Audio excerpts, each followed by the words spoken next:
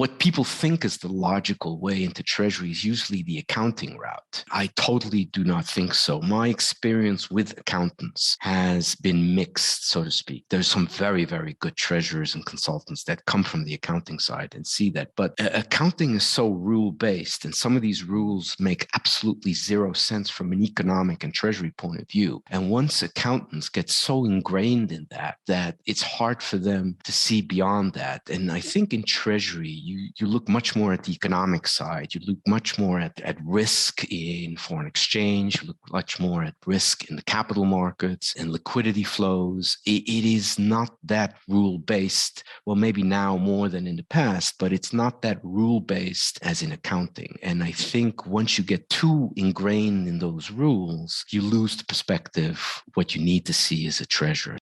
I did what I liked, which was first banking. And then I jumped over to corporate because I saw there was an opportunity there to apply what I've done. But after that, I had a broad enough experience, and I think that's irrelevant, a broad enough experience in the various aspects of treasury, be it FX, be it capital markets, be it funding, be it other types of risk management, that when I applied for a new position, it was always a position a level up. But I never thought I really could do it because I thought, I don't have enough experience. This is missing from my resume. But I did it anyway because I thought you usually have enough good people around you. Certain things can be learned on the job. And I don't want to say I faked it, but that's how it felt when I went into these positions. And I didn't know everything, but I had confidence enough in myself that I could learn it, or that I could dip into the rudimentary elements from that subject that